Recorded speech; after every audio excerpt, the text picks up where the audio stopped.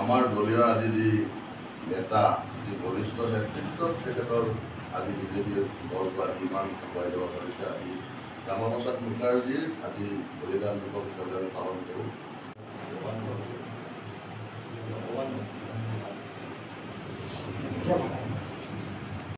কৰিবলৈ অনুৰোধ জনাইছোঁ আৰু আমাৰ সভাপতি গংগাধৰ দাসক আমাৰ বিজেপিৰ সকলোৰে আছে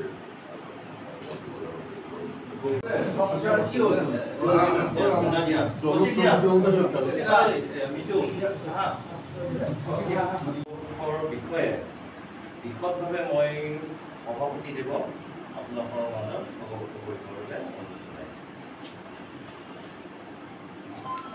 মিটিং 23 জুন তাৰিখে বলিদান দিৱসৰ আমি আয়োজন কৰিছিলোঁ। এই আয়োজনৰ পৰিপ্ৰেক্ষিতত আমি আজি সভাখন আমি ধন্যবাদ জ্ঞাপন কৰিছোঁ। আজি আমাৰ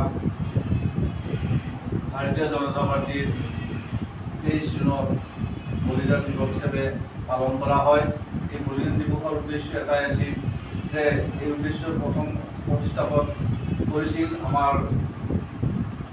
বিজেপিৰ জনসংঘৰ প্ৰথম জনসংঘ হিচাপে আমি প্ৰতিষ্ঠিত হৈছিল। সেয়ে পৰিচিত হৈছিল শ্যামাপ্ৰসাদ মুখাৰ্জী আৰু দীনদয়াল উপাধ্যায়।